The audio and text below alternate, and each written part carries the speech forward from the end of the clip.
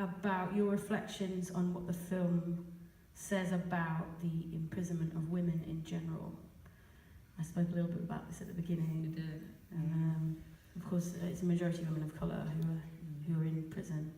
And what your thoughts were, having watched that film.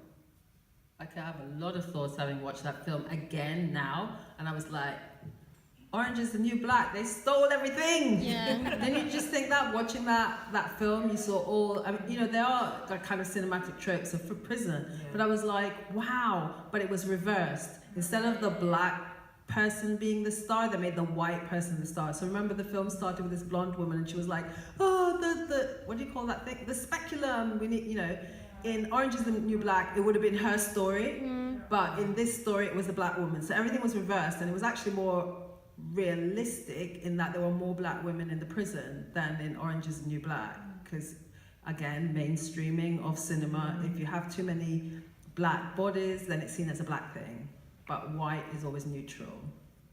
And you know, the incarceration of women, the criminalization of women, I really don't know much about it, but one thing I would say is that women get criminalized for much less demeanors than men do. I said it. I think it's like not over 90% of women are in prison for non-violent offences. Yeah, for just little things like shoplifting or stealing something to do their kids or whatever. It's just really petty stuff, actually, that they get punished for, because women are supposed to be sweet and caring, and men, the level of violence is tolerated more amongst men than amongst women, and the level of criminality amongst men is higher, the tolerance is higher than women. So a lot of women in prison are there for, like, you know, I worked on a documentary as an assistant many years ago, and I was just surprised, the women in prison, like somebody was there for stealing a bottle of Lucozade. I could not believe it. Yeah, you're like not paying a DV license. Yeah, very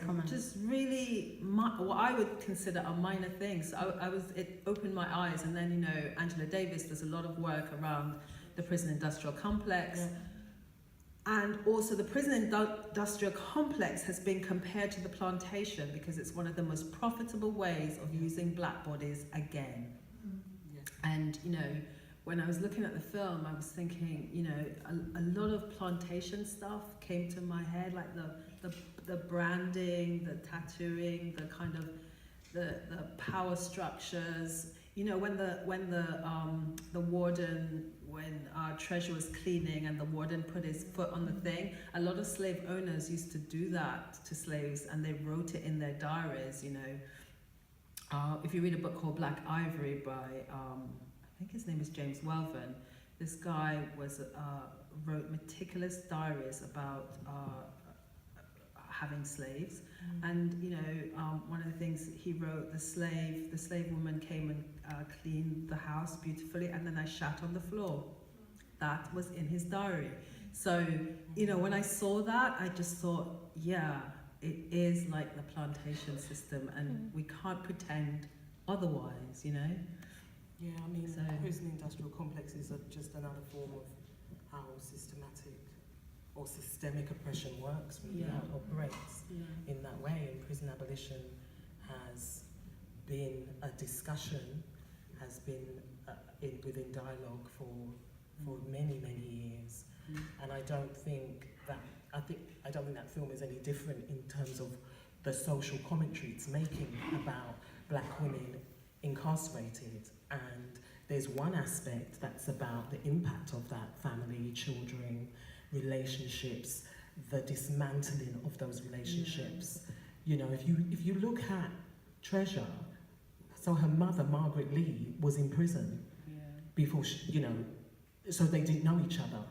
And the impact on that, Treasure then decided, I need to see my mother, and then set about a chain of events, and her sole goal was to be with mother, to, you know, and that meant going through the prison system. You know, it's a bit of a mindfuck to get your head around when you think about it in terms of that narrative. But it's also the way in which that level of incarceration works on your psyche, breaks you down in terms of self, but that isn't an individual thing. In this story it was, but it's a collective thing. It's a collective thing with a mass group of particular people. particular people who are black.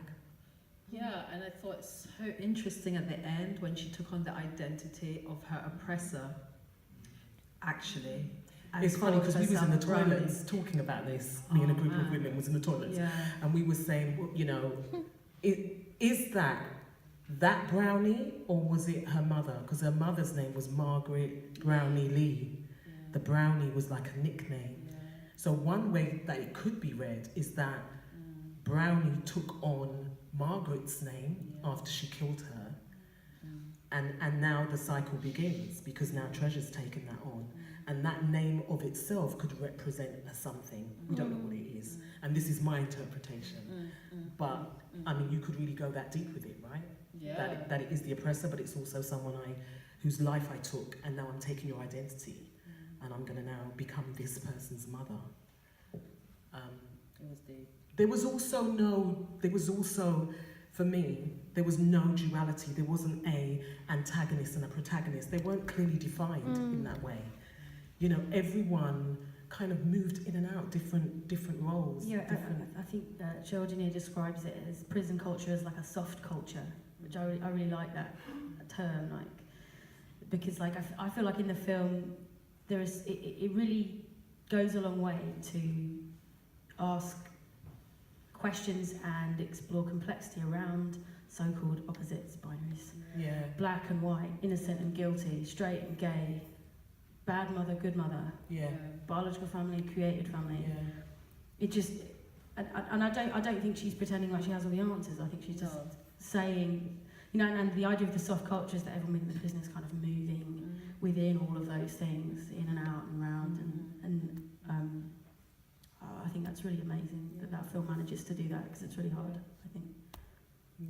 I think so. And I think it's something for us to even think about how we move around in those different spaces, because we are conditioned to be so distinctive. We are conditioned to be so this. I am just this. I'm only this.